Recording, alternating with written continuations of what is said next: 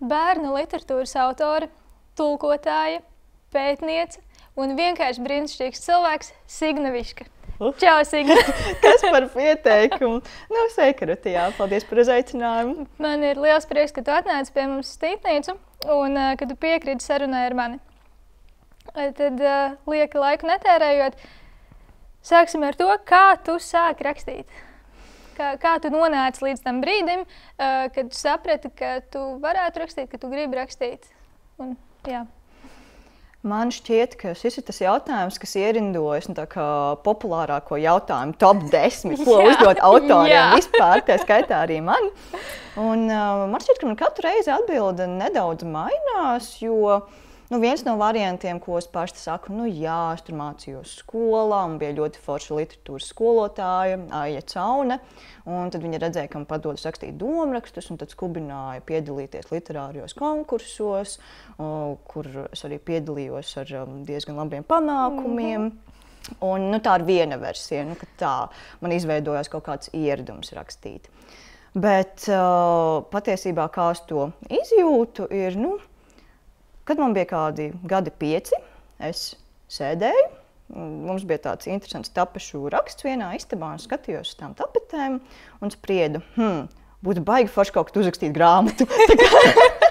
Par tapetēm? Nē, tapetes vienkārši, ka skatījos kaut kādā vienā punktā, nedomāju, ka tās ir tapetes, bet vienkārši šķita, ka tā būtu interesanta lieta, ar kuru nodarboties, jo es sāku lasīt diezgan agri. Tajā pašā 5 gadu vecumā, un tad ņēmu visu vienkārši pēc kārtas, un man lielākā svētku diena bija, kad es piereģistrējos Varakļānu bibliotēkā. Un vienā reizē es izņēmu 10 grāmatas, un bibliotekāri tā kā paskatījās uz mani, un tāda saka, bet tu izlasīsi to visu, tā kā tev nav jāņem visas tās grāmatas, bet es uz bibliotēku devos reizi nedēļā, un tāpēc vajadzēja daudz. Piemēram, vasaras brīvdienās.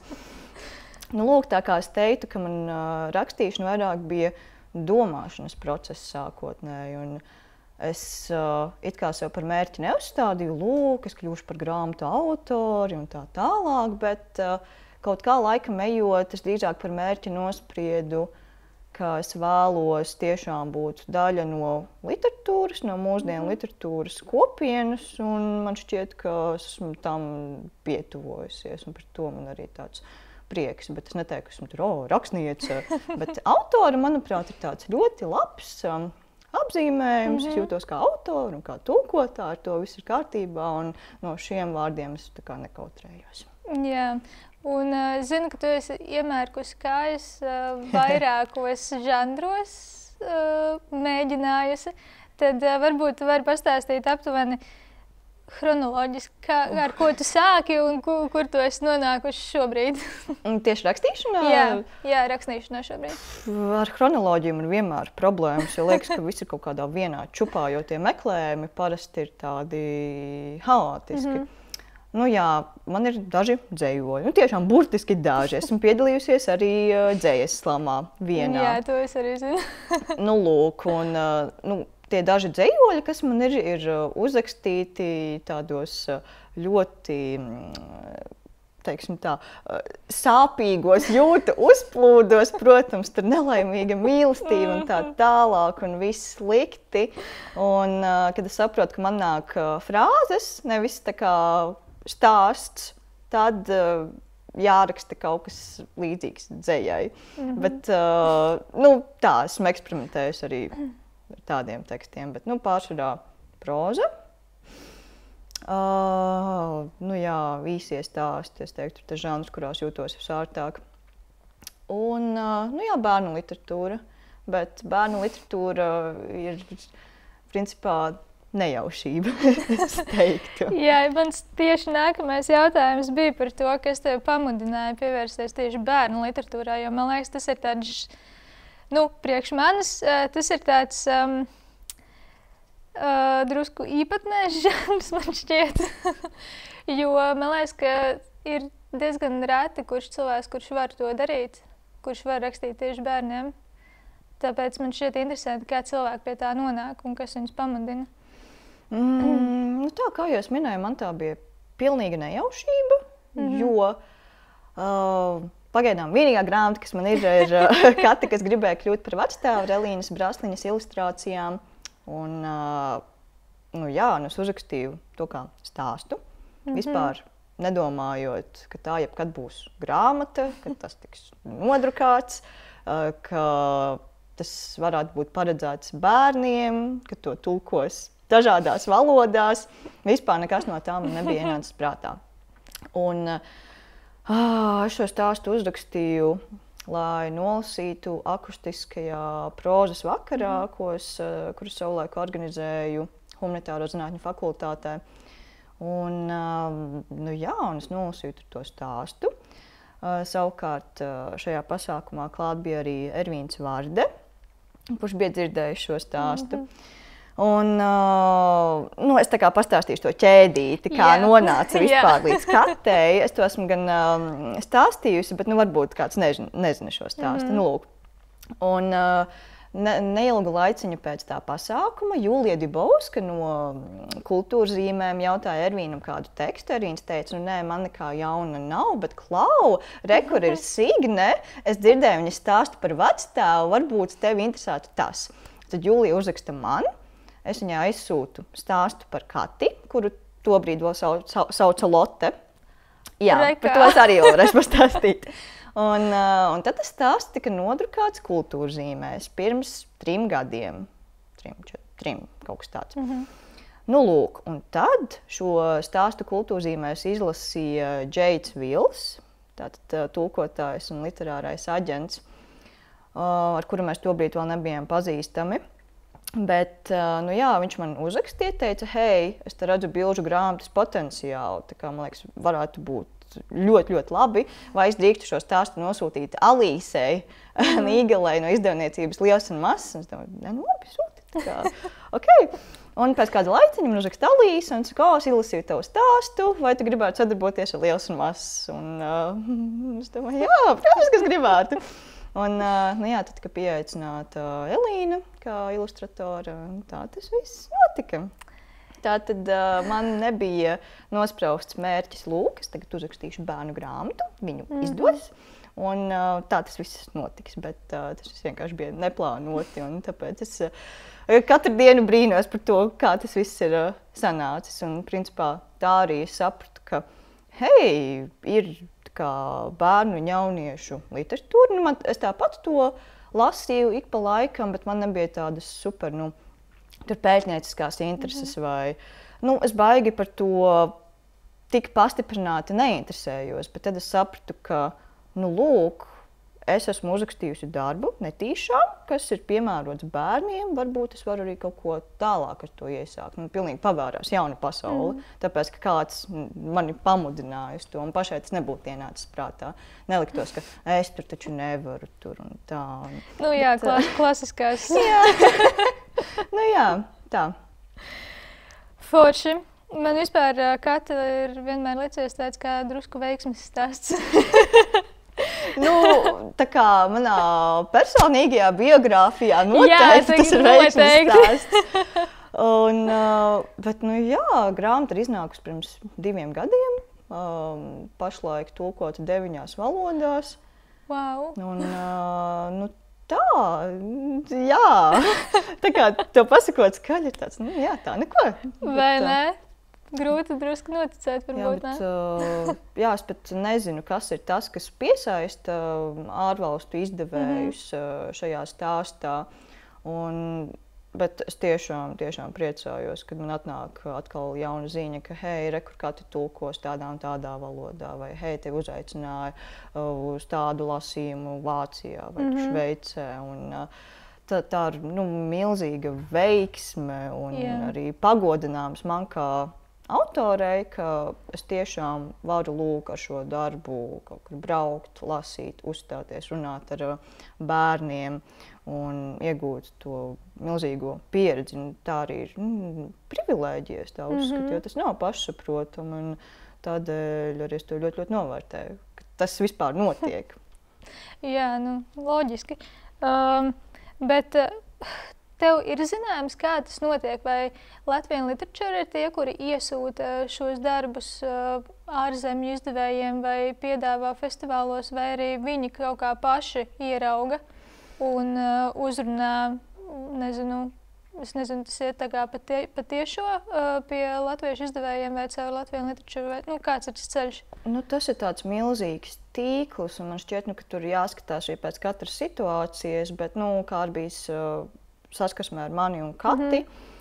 Ir tā, ka darbs ar literatūru un literāriem aģentiem un izdevniecībām, tas ir pilna laika, notiek visu cauru gadu, un tādēļ ir svarīgi, ka ir platforma Latvijas literatūra, jo dalība grāmatu tirgos ir ārkārtīgi svarīga, jo tur notiek tīklošanās, un tikšanās tiek norunātas jau mēnešiem iepriekš, un tad arī tāpēc arī literārie aģenti, kas katrai izdevniecībai mēģina piemeklēt interesējošās grāmatas, kas varētu atbilst viņu grāmatām, ko viņi izdod, un varbūt kaut kas no latviešu darbiem varētu viņus uzrunāt. Bet arī paši ārvalstu izdevēji jautā paraugu tulkojumus vai interesējas, kas varētu atbilst mūsu kritērijiem. Tas ir ļoti dažādi. Principā tas viss notiek caur sarunām. Vai taisno ar izdevniecību, vai caur platformu Latvijas literatūra, bet man liekas, ka tas arī ir cieši saistīts. Un par pasākumiem arī ir ļoti līdzīgi, ka principā tas iet ar Latvijas literatūru visbiežāk, vismaz manā pieredzē. Un tālāk jau kontaktējas ar mani, un tad ir veidojas arī tāda ķēdīte. Bet Latvijas literatūra izdevniecības nav tos, tas ir tāds loks. Trīsvienīgi. Principā, jā. Un, protams, ārvalstu izdevēju un festivālu. Jā, tiešām apbrīno, ko Latvijas literatūra šo gadu laikā ir tiešām sasnieguši un uzbūvējuši, jo arī tas tēls, kas ir izveidots, un arī tas, cik daudzi autori šo gadu laikā ir varējuši būt ārvalstīs ar savām grāmatām, ar lasījumiem, citiem dažādiem pasākumiem, tas ir fenomenāli. Tas ir jauki redzēt, kā latviešu literatūra arī tiek prezentēta ārvalstīs. Jā, tas ir ļoti noderīgi un ļoti forši. Un runājot par šiem starptautiskiem pasākumiem, es zinu, ka tevi un Kati sagaida piedzīvojumi tuvākajā nākotnē. Tāpēc varbūt pastāst vairāk par tiem. Jā, labi, šī saruna tiks publicēta jau tad, kad daži no pasākumiem būs notikuši, bet posmā no augusta pēdējās nedēļas līdz oktobra pēdējā nedēļa ir gaidāmi 6 braucieni uz ārvalstīm. Jā, es jūtos nedaudz kā Taylor Swift, izziņojot Eiropas tūri, bet mums ar Kati būs braucieni uz Vāciju, Čehiju un Šveici. Tie būs dažādi literatūras festivāli, dažādi pasākumi, un arī Frankfurtas grāmatu tirgus laikā būs lasījums un meistardarbnīca. Tā kā būs ko darīt. Tāpēc esmu arī ļoti priecīga, ka arī Kate ir tik ātri iztulkota vācu valodā, jo es pati tulkoju no vācu valodas, arī pati Kate iztulkoja vācu valodā.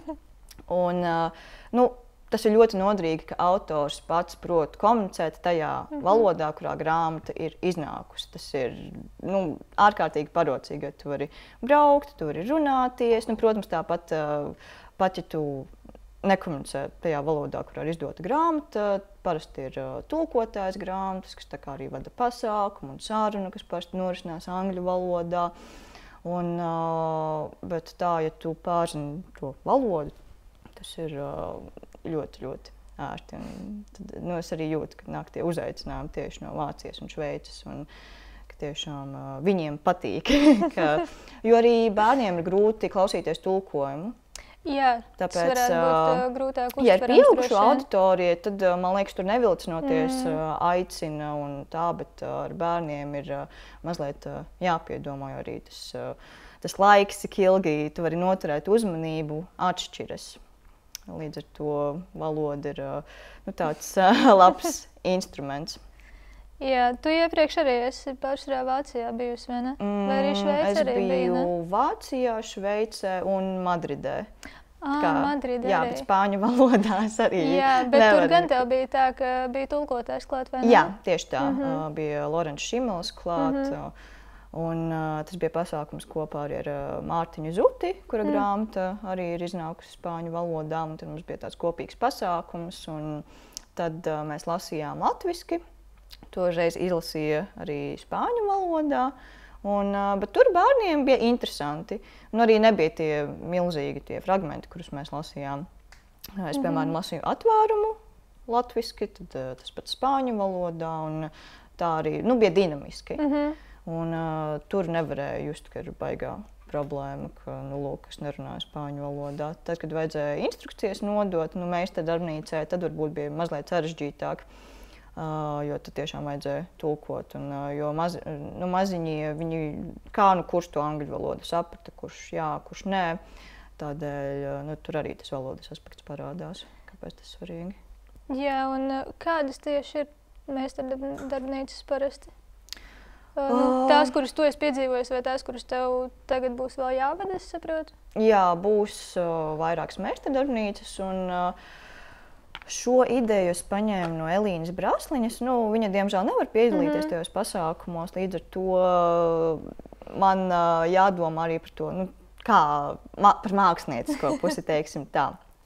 Un tad Elīna ieteica izmantot sērkociņu kastītes, jo stāstā par katru sērkociņiem ir diezgan liela nozīme. Un tad meistardarbnīcas nosaukums ir Vecstāvu sērkociņu kastītē. Un tiek sagatavota sērkociņu kastītes bez tām sēra lentām, lai tur viss droši un lai vecāki nesatraucas un viss būs kārtībā. Tādas nelielas kastītes un ir sagatavoti arī atbilstoši izmēra papīra gabaliņi un tiek dots uzdevums, ka ir jāuzzīmē sev tuva cilvēka portrets vai lietas, kas ar viņu saistās. Tam nav obligāti jābūt vecstāvam, jo varbūt ne visiem varbūt ir vecstāvs, bet tuvs cilvēks. Tad tos visus portretus saliec kastītē, uzzīmē etiķeti, uzlīmē virsū, un tad tev principā tāda kā dāvana, ko uzdāvināt savam tuviem cilvēkam. Tā kā neliela kastīte ar gataviem zīmējumiem. Un tas gan ir ļoti jauki. Jā, un mēs šo pirmoreiz darījām Madridē, un tur bija tās lielākas kastītes, un bērniem varēja redzēt, ka viņiem tā interesanti plosīties. Un, redzēs, kā būs citur. Es domāju, ka būs forši. Jā, cerams. Tad jau redzēs. Ja mēs atgriežamies Latvijā, tad es gribētu nedaudz pievērsties literatūras pētīšanai. Un es pati ne ļoti daudz, bet ik pa laikam iedomājos par to, kāda ir situācija bērnu un jauniešu literatūrā Latvijā. Un tu esi vienīgā, manuprāt, bērnu un jauniešu literatūras pētniece, kuru es zinu, kura tiešām tam pievēršās un grib pievērsties padziļinātāk. Un, manuprāt, latviešu literatūrā, ja ne bērnu, tad jauniešu literatūra tiešām ir tāds kā rops, jo mums ir ļoti daudz labu tulkojumu, kur ir ļoti nepieciešami, bet oriģināla literatūrā tie darbi nav, pirmkārt, to nav daudz, un otrkārt arī kvalitātes ziņā, manuprāt, tie nav paši labākie. Tāpēc kāds ir tavs viedoklis šajā jautājumā? Tāds garš un gruntīgs jautājums. Labi, tātad sadalīšu to divās daļās. Vispirms par pētniecību, un tad pāriesim, ko es domāju par pašreizējo bērnu jauniešu literatūras situāciju Latvijā. Tātad pētniecība. Pētniece, tas ir tāds ļoti svarīgs un skaists vārds, kur es sevi pagaidām nevaru attiecināt. Esmu autora un tulkotāja, teiksim, ar pētnieciskām interesēm. Tas, laikam, būtu atbilstošākais. Tas ir ļoti labs formulējums. Jā, tas ir atbilstošākais formulējums, jo es maģistra darbu rakstīju par bērnu un jauniešu literatūru. Un esmu bijusi mēnesi Minhenē, starptautiskā bērnu un jaunas bibliotēkā, un tur pētījusi un lasījusi. Tā kā var teikt, ka man tiešām ir tā spēcīgā interese, un es redzu milzīgu potenciālu daudz pētīt par to, kas notiek pašmāju bērnu un jauniešu literatūrā. Un mans milzīgais sapnis būtu radīt tiešām skaistu, lielu, nopietnu monogrāfiju par mūsdienu latviešu bērnu un jauniešu literatūru. Jo ar zinātniskajām publikācijām ir milzīga problēma, manuprāt. Un nav tā, ka pilnīgi nekas nenotiek, jo, protams, mums ir Bērnu un jauniešu literatūras padome, jeb IBI Latvija. Mums Nacionālajā bibliotēkā ir bērnu literatūras centrs. Un katru gadu tiek organizēta Jāņa Baltilka balva. Katru gadu ir arī konference, kas veltīta bērnu un jauniešu literatūrai, kas vairāk paredzēta literatūras nozares speciālistiem un bibliotekāriem, bet tas arī notiek katru gadu Nacionālajā bibliotēkā, kur šogad referēju arī es. Un, jā, tā kā kaut kas notiek, tas ir ļoti labi, bet vienmēr vieta izaugsmē, piemēram.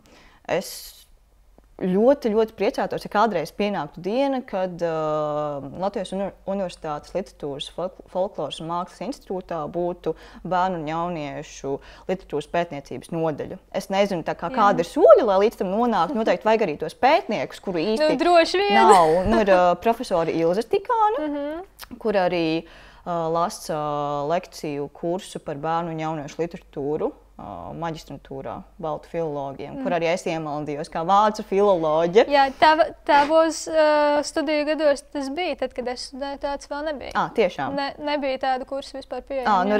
Tas tobrīd arī bija kaut kas svaigs, un tas bija arī izvēles kurs, man šķiet. Es nezinu, es tikai zināju, ka es kā vācu filologs varu paņemt arī kaut ko no citām studiju programmām, skatījos, kas varētu būt interesanti, redzu, bērnu un jauniešu literatūru, cik interesanti.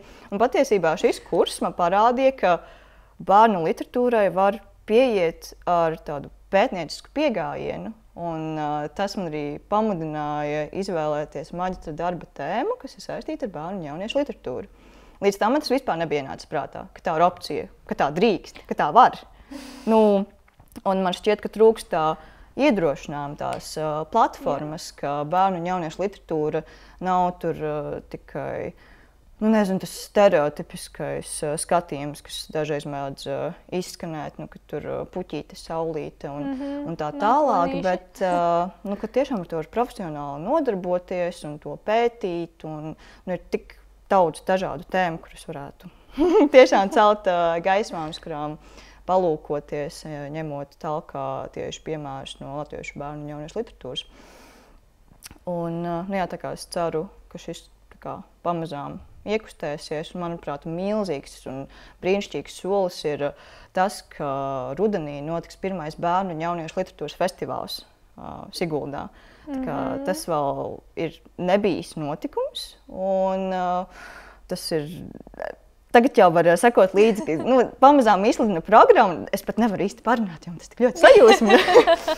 Jo tas ir svarīgi rīkot šādus pasākumus, parādīt, ka, lūk, kur ir bērnu un jauniešu literatūra, tā ir ne tikai bērniem un jauniešiem, bet arī vecākiem un visiem citiem, ka vienkārši patīk kvalitatīva literatūra, jo laba bērnu literatūra ir literatūra visiem. Tieši tā.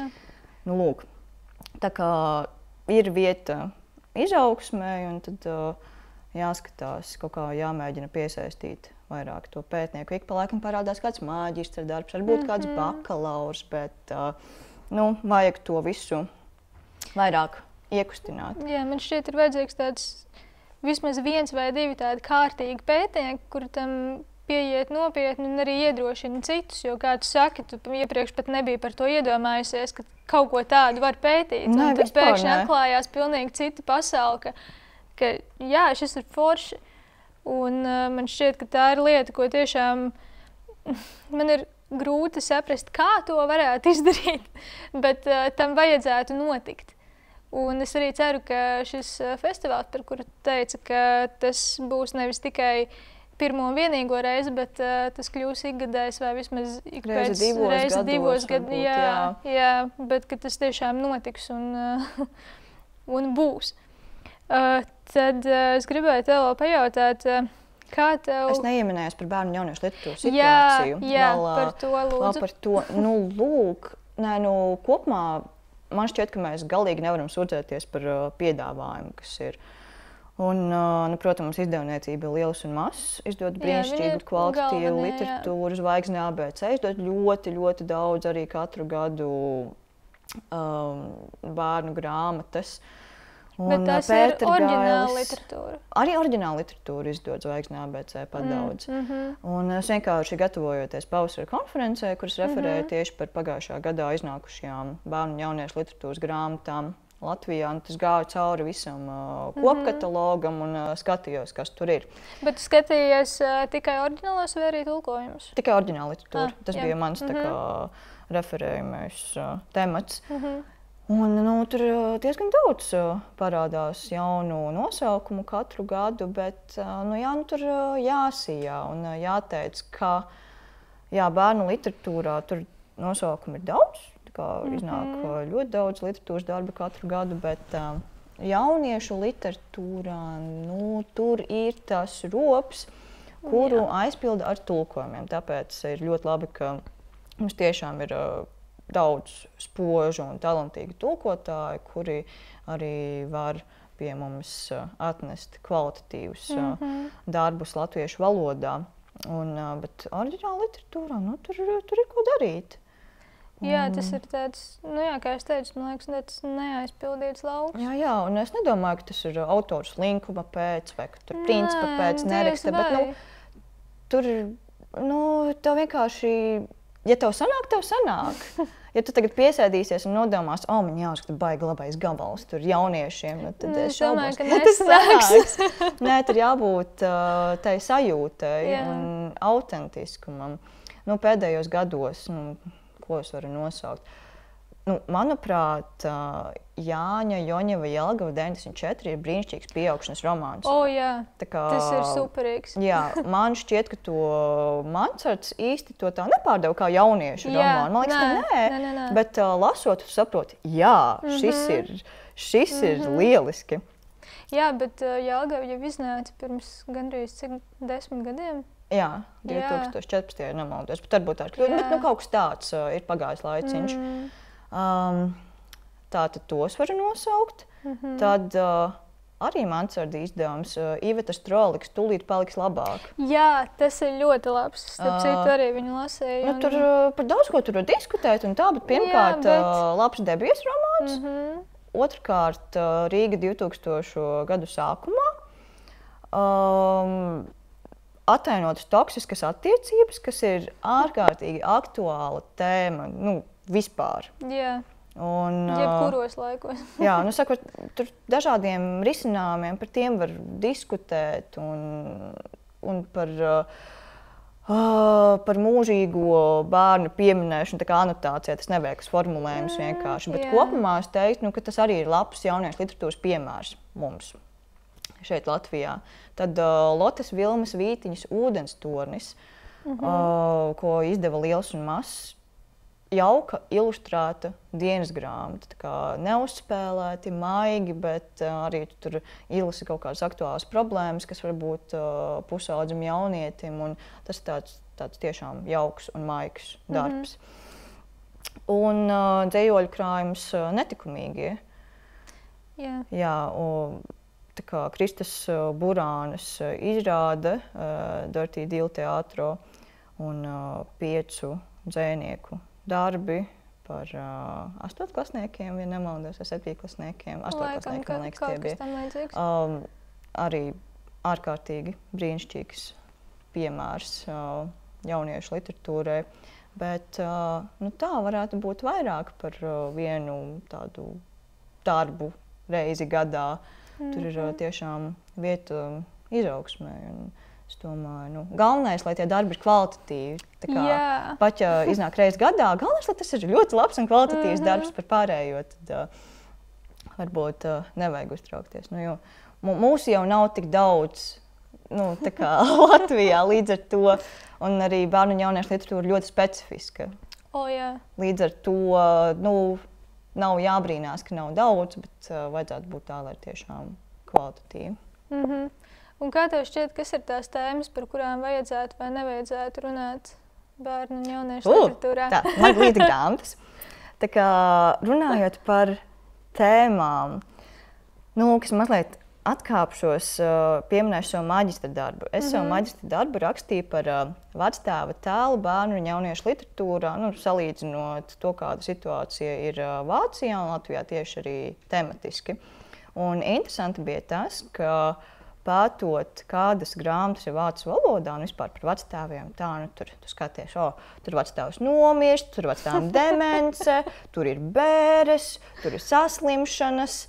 Un arī tas viss tā skaisti bilžu grāmatās ilustrēs. Tur, piemēram, zārks ar vainagiem. Un tad tu paskaties. Tā pavisam normāli. Nē, bet tas ir normāli. Tur jau tā lieta, un tad tu paskaties pašmāju literatūrā. Tur, vecstāva piedzīvojumi, tur kaut kas tāds. Un, tas mīlīgais vairāk. Un man līdz ar to liekas interesanti runāt par it kā tabū tēmām, bet bērnu literatūrā nav tādu tabū tēmu. Nav vienkārši to jāatrod veids, kā par to runāt. Yeah. Un, protams, tas nav ideālais scenārijs, ka tu esi bērns un tev nomirst tūs cilvēks, bet mēs nedzīvojam ideālā pasaulē. Līdz ar to, ja grāmata var kalpot kā kaut kāds palīdzības vai papildus atbalsta mehānismus, tad, manuprāt, tas ir brīnišķīgi. Un, līdz ar to šo tematisko robu arī aizpilda tulkojumi pašlaik. Un, līdz ar to tā tematika par tām nopietnajām tēmām, man liekas, ārkārtīgi vērtīga. Un, kā piemēru es varu arī minēt, es tam pieliekšos, šādu grāmatu, kas vērsta par disleksiju un problēmām mācoties lasīt. Tātad Tīģera burts ir D. Lēnes Askas grāmatiņa. Un, tā arī bilžu grāmata, maz teksta, bet tiešām arī es varu iztēloties, kā šī grāmata var palīdzēt ģimenēm, kurās tiešām ir kāda situācija, kur bērnam ir tās grūtības lasīt, vai arī, ka tu sāc jau dusmoties, ka tev nesanāk, un ka tie burti lēkā. Un, ka ir patīkami, ka rekur ir darbs, kas parāda, hei, tu neesi viens, un tas ir ārkārtīgi svarīgi. Jā, tā piederības sajūta man šeit ir svarīga. Jā, un ja tu redzi, ka ir citi, kam iet līdzīgi, tad tu nejūties viens, un tā arī ir viena no literatūras skaistajām funkcijām, ka tās tev palīdz. Tad es varu arī pieminēt grāmatu, kas vēl nav iznākusi latviešu valodā, bet iznāks manā tulkojumā nākamgad, izdevniecībā Liels un Mazs, un tā ir Wolfa Erlbruha grāmata Pīla, nāve un tulpe. Un šeit arī ilustrācijas ir tādas, tā kā šādas, kas varbūt var nobiedēt kādu konservatīvāku vecāku, bet arī principā grāmata vienkārši ataino nāvi, un tā ir pilnīgi normāla dzīves sastāvdaļa. Bet šis nav tādā biedējošā veidā, bet vienkārši kā stāsts. Un tā tas arī ir. Un, tādēļ ir svarīgi runāt par tādām tēmām literatūrā, jo tā arī ir daļa no dzīves. Un Wolfs Erlbruhs latviešu lasītājiem jau ir pazīstams ar grāmatu par kurmīti, kas gribēja zināt, kurš viņam pietaisīja uz galvas. Jā, tas ir tas pats autors. Tā kā brīnišķīgs, spožs autors, un viņa grāmata iznāks nākamgad latviešu valodā. Jā, un viņa iznāks ar oriģinālajām ilustrācijām? Jā, protams. Nē, man nav bijis atsevišķas kaut kādas norādes, ka būs citas ilustrācijas, bet ņemot vērā, ka tā ir bilžu arī grāmata, tad citu variantu, manuprāt, arī tur nav. Bet ir tik daudz dažādu tēmu, par kurām runāt bērnu literatūrā, un ir interesantas nišas, kurās var iespraukties, piemēram, arī profesionālā literatūra. Ja, piemēram, vecākiem ir kaut kādi hobiji vai intereses, un tā kā tu vēlies atrast veidu, kā par to runāt, vai kā to iekļaut kaut kādā sadzīviskā situācijā. Nu, tad, piemēram, es ļoti ilgi gaidīju brīdi, kad man būs iespēja par to publiski runāt. Tātad ir brīnišķīga grāmata Garāžas alfabēts. Autors ir Niklaus Sausiņš. Un šī grāmata patiesībā mani uzvedināja uz domas, ka tas būtu interesants arī pētniecības temats par alfabēta grāmatām.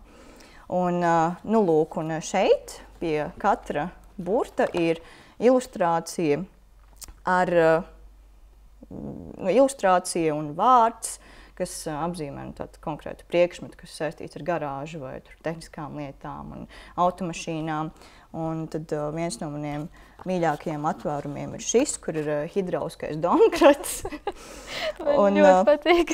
Nu, lūk, un tā kā bērnu literatūra var būt arī šāda. Pirmkārt, tas ir izglītojoši, varbūt sākumā vispār nesaproti, tā kā, ko tas viss nozīmē, bet šis varbūt izējas punkts diskusijai, tā kā, ka tur arī izglīto un skaidro bērniem, kas tas ir. Es domāju, ka arī pašiem vecākiem varbūt tas ir izglītojoši. Jā, ārkārtīgi. Es arī esmu iemācījusies daudz jaunas vārdus no šeit. Nu, lūk, un par profesionālo ievirzi arī runājot, es vēlos pieminēt arī Gunta Šnipkes grāmatu Inses māja, ko ir ilustrējusi Anna Vaivara. Un interesanti ir tas, ka šī grāmata ir viens dzējolis, un abas autores ir arī arhitektes. Un šī grāmata ir par Inesi, kas vēlas izveidot māju. Viņa tā kā iet pie arhitektes, un beigās ir skaidrs, ka nav nemaz tik vienkārši būt arhitektam, jo reāli ir jādomā un jāplāno un jāpasver visdažādākie scenāriji, kas tev būs tajā mājā. Un kas, man liekas, arī skaisti jebkurai bērnu grāmatai, vai arī jebkurai vispār grāmatai, ka ir tādi atvērumi, kurus var atlocīt un pētīt. Un šeit izveidojas arī, man liekas, te redzamas visas ilustrācijas, kas ir izmantotas grāmatā. Ja nemaldos, man šķiet, ka tā vajadzētu būt. Nu, lūk, un tas arī tā ir jauka detaļa, bet tu tur iemācies kaut ko par konkrēto profesiju. Nu, lūk, tā kā bērnu literatūrā tur runāt par jebko, par garāžu, par arhitektūru, par visu. Jā, nav tāda tēma, kuru... Nē, vispār nē. Un jā, arī žanru daudzveidība, man prieks, ka pamazām arī komiksi top par tādu tiešām patstāvīgu literatūras daļu. Un te es varu arī ļoti vēlos pieminēt Lauras Melnes komiksus Sunāns Breivībā, ko ilustrējusi Viviana Marija Staņslauska, un tas ir pirmais komiks latgaliešu valodā. Viņu arī man šeit atvēra šeit. Jā, tieši tā, tur plauktā arī ir viens eksemplārs. Un šis arī, pirmkārt, komiks, oriģināla literatūra, un autors debija, par kuru viņa arī saņēma Jāņa Baltvilka balvu. Un tik jauks un sirsnīgs un foršs stāsts, un arī patiesībā aktuāls par to, ka jau jauns pāris pārvāc uz laukiem no pilsētas. Un, tiešām mīlīgi un jauki, un tu vari iemācīties lasīt arī latgaliešu valodā šo. Jā, taisnība. Jā, un arī patiesībā es nezinu, cik daudz iznāk latgaliski bērnu grāmatu, vispār. Un līdz ar to, ja tu vēlies savam bērnam mācīt latgaliešu valodu, tad ir brīnišķīgi, kad iznāk arī kaut kas jauns un svaigs latgaliski. Un, jā, tā kā, un es ļoti arī gaidu, man šķiet, ka rudenī iznāks Agneses Vanagas jaunākā grāmata komiks, jā, Sirdslietas. Un tā kā to es arī ļoti gaidu, man liekas, ar Annas Vaivaras ilustrācijām, ja nemaldos, bet man šis būs jāpārbauda vēlāk, es neesmu sarunājusi muļķības, bet jā, tā kā to es ļoti gaidu. Ir, kur, var sakot, bērnu literatūrā var izpausties. Jā, es tā saprotu tagad. Tu minēji tulkošanu. Kā tev šķiet, kas ir tās īpatnības tieši bērnu literatūras tulkošanā? Vai tādas ir? Un ja ir, tad kādas? Jā, noteikti ir, jo bieži vien tu tulko ne tikai tekstu, bet tu tulko arī ilustrācijas vai arī tekstu, kas saistīts ar ilustrācijām. Un tu nevari vienkārši kaut ko izlaist vai pārtaisīt. lai tas tā kā skanētu labāk vai lai būtu vienkāršāk, ja tas ir piekabināts ilustrācijai. Nu, nesen man bija tāds gadījums, es tulkoju jauniešu romānu ar ilustrācijām, papīra klavieres. Autora ir Elizabete Steinkelnere, un grāmatu pavisam drīz klajā laidīs Liels un Mazs. Un tur bija tāda piņķerīga vieta, kurā 16-gadīgā Maija pārnāk mājās no ballītes, un viņai nākamajā dienā ir slikti, jo viņai ir paģiras un tā tālāk, un smird istaba. Un tad telpā ienāca mamma un saka, ka tas smird, un tad tur parādās tāda nianse. Vācu valodā vārds kata ir gan runcis, gan paģiras. Okay. Lūk, drīzāk pohas, jo tas sarunvalodas vārds. Lūk, un tad tur bija tāda vārdu spēle, ka tā meitene saka, nē, man nav paģiru, ko var saprast arī, nē, man nav runča, man nav kaķa. Un tad mamma saka, nē, tev ir riktīgas paģiras, vai arī riktīgs kaķis, runcis. Un tad tur tālāk bija tāda dusmīga, tā meita šausmīgi sadusmojās un teica, domājamam būtu īsts kaķis, vai man vajadzētu metaforisku kaķi, paģiras. Un, ja man būtu īsts kaķis, tad es varētu sēdēt viņu savā īstajā istabā, viņš iet uz īstu kastīti, un man būtu pavisam īsta un laba dzīve un tā tālāk, bet mēs nevaram atļauties pat nopirkt kaķu barību, tāpēc un tad tur iepina viņu arī sociālo stāvokli. Un tas bija uz visu atvēru, un tur vēl bija kaķa ilustrācija, līdz ar to es nevarēju neko citādi. Man vajadzēja kaķi kaut kā triepīt. Yeah. Tā kā ar šo es ilgi sēdēju un domāju, ko man tagad darīt. Bet to izdevās atrisināt, un arī ar redaktoras Ineses Zandras palīdzību tur izdevās pieslīpēt tā, ka ir ok, ka tur varēja piepīt, ka tas smird pēc runča, un tad tur... kaut kā mēs šo atrisinājām, bet ir ļoti daudz vietu, kur tu arī esi ierobežots. Piemēram, ja tu tulko komiksus, tur tikai tie burbulīši, un tu it kā iztulko, bet teksts neielien burbulī. Jāīsina. Jā. Un tad tev arī jādomā, kā tulkotājiem, ne tikai bērnu un jauniešu literatūrā, bet vispār. Tu nevari vienkārši, es iztulkoju, viss, es aizmirstu, uz mani tas vairs neatiecas. Nē, jo tev jāskatās, kādā kontekstā ir tā grāmata. Un, piemēram, burtiski tagad, strādāju pie tulkojuma izdevniecībai Pētergailes. Grāmatas nosaukums ir Tur lejā.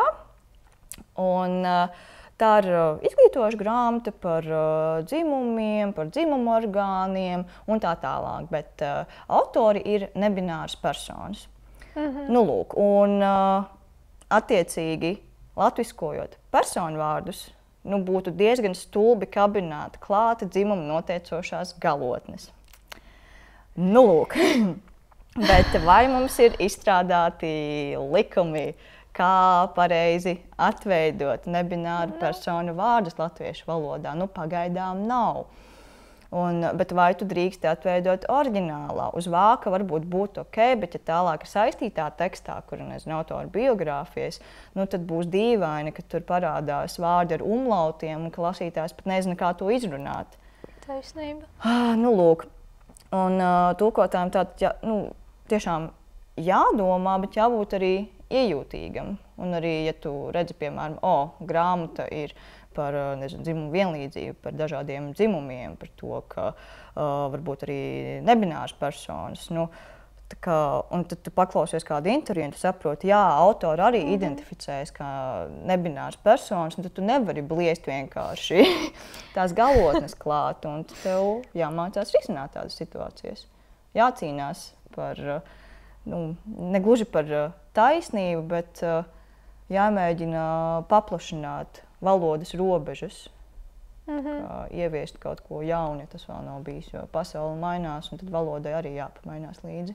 Pat ja tas ir sarežģīti un sākumā liekas ļoti jocīgi, jā, bet jāmeklē risinājums, jo tu nevari vienkārši atstāt tā, kā tas ir. Nu, tieši tā. Tas izskatās pirmkārt kā nepabeigts tulkojums, izskatās, ka tu nezini, ko ar to iesākt, un izskatās, ka tu arī nepadomā, necieni tā kā autors. Nu, tāpēc, jā, ir arī tāds aspekts tulkošanā. Tu minēji jau 2 grāmatas, kuras drīzumā iznāks tavā tulkojumā, un vai ir vēl gaidām kādi jaunumi? Gan tulkošanā, gan oriģināla literatūrā varbūt? Jā, es minēju papīra klavieres, un tur lejā, kas iznāks, nu, burtiski tūlīt jau, man šķiet tuvāko nedēļu laikā jau vajadzētu būt. Bet pārējie gaidāmie tulkojumi būs nākamgad. Grāmata, kurus jau minēju, tā kā Pīle, nāve un tulpe, iznāks nākamgad. Tad iznāks arī nākamgad Ditas Cipfeles romāns jauniešiem, kā ārprāts man izskaidroja pasauli. Tas arī ļoti tāds izaicinošs gabals, jo tur arī ilustrācijas, tur daudz vārdu spēļu. Tur ir... Nu, tā būs ko darīt. Jā, tur būs ko darīt. Tad abas šīs grāmatas, ko es minēju, nāks klajā izdevniecībā Liels un Mazs. Un tad būs Šveices autors Letes Semedenī romāns Tamangūra, kas nav bērnu un jauniešu literatūra, bet tur tāds maģiskais reālisms, es teiktu, brīnišķīga grāmata, un to izdos Jānis Roze. Un tad vēl viena grāmata bērnu literatūras žanrā būs Ja mans mēnesis būtu tava saule, kas vēsta par vecstāvu un mazdēlu attiecībām, un vecstāvam ir demence, un tā kā arī ļoti vērtīga un svarīga grāmata, manuprāt. Vajadzīga. Jā, tieši tā, un to arī izdos Jānis Roze. Un, nu jā, tas pagaidām ir viss apstiprināties, kas būs un kas nāks klajā. Bet no tā, ko es pati rakstu, es šo to esmu iesaukusi, bet es vēl neesmu gatava par to runāt. Tāpēc, ka tas vēl nav ieņēmis tādas ļoti konkrētas aprises, bet tulkošana šobrīd pamatā aizpilda to manu radošo darbību šobrīd. Jā, jo tulkošana, manuprāt, arī ir diezgan radošs process. Ārkārtīgi, ja tev jādomā vārdu spēļu risinājumu par kaķiem un paģirām, tad to nevar. tas ir ārkārtīgi radoši, jā. Vai tev ir kādi iedvesmas avoti? Vai latviešu literatūrā, varbūt ārzemju literatūrā? Tā kā no autoriem? Gan no autoriem, gan arī tīri grāmatas. Teksti. Jā, skandināvu literatūra, manuprāt, ir labs iedvesmas avots. Jo man patīk tiešām arī bērnu un jauniešu literatūrā redzēt, kā tiek balansēts starp nāvi un humoru, un tur bēdīgi, bet tik silti. Piemēram, Ulfs Starks, brīnišķīgs zviedru autors, un ir 2 ļoti jaukas grāmatas, proti Svilpot Juhanna un Bēguļi, kas ir, tur arī ir tas vecstāvu motīvs un nāve, bet arī piedzīvojumi un tas sirds siltums. Un tas ir ārkārtīgi iedvesmojoši, ka tu vari ielikt abas lietas vienā darbā. Bet pašmāju literatūrā mani iedvesmo talants un produktivitāte. Tur es varu viennozīmīgi nosaukt Luīzi Pastori, kuras tiešām abrīnoju. Viņa ir ļoti talantīga autora. Viņa arī brauc uz skolām un pasniedz dažādas meistarklases. Un viņas jaunākā grāmata, kas iznāca sērijā Mākslas detektīvi ar Elīnas Brasliņas ilustrācijām, tā tika atklāta Rundāles pilī. Jā, tas bija superīgi. Atklāt bērnu grāmatu tik vērienīgā pasākumā, tas arī ir milzīgs notikums. Un, katra grāmata būtu jāatklāja pilī. Tā tam būtu jābūt. Un Anete Melice noteikti arī ir liels iedvesmas avots, jo viņa un viņas kiosks, kas ir tiešām starptautiski pazīstams un bestsellers, arī it kā īsa grāmata, īsts stāsts, bet nogājis tik tālu ceļu un iedvesmojis tik daudzus. Tiešām. Mūsu pašmāju literatūrā ir tik daudz talantīgu autoru un ilustratoru. Tur varētu vienkārši paņemt, izdrukāt un nolasīt visu to sarakstu. Tāpēc mēs galīgi nevaram sūdzēties par kvalitāti. Jā, un tas ir ļoti forši un vērtīgi. Protams. Un tā kā mēs atrodamies muzejā, tad es nevaru tev nepajautāt, kāds, tavuprāt, ir labs muzejs? Labs muzejs ir tāds, kurā tu vari pazust. Negluži apmaldīties, bet, kad tu ieeji un ir tādas izstādes, tādi darbi, ka tu aizmirsti, ka tu esi atnācis tieši uz muzeju, bet, ka tu esi atnācis pabūt mākslā, kāda cita mākslinieka galvā vai, tas ir, manuprāt, labs muzejs, nevis par ēku, bet to, kas ir iekšā. Jā, tas nebija nemaz iedomājies. Ļoti, ļoti interesanti. Protams, arī skaisti, ka no ārpuses izskatās tā smalki un gaumīgi un skaista arhitektūra, bet to, kas ir iekšā, tas ir svarīgi. Jā. Man šķiet, mums sanāca ļoti forša saruna. Un paldies, ka tu atnāci. Un jā, paldies. Paldies, līdz nākamajai reizei.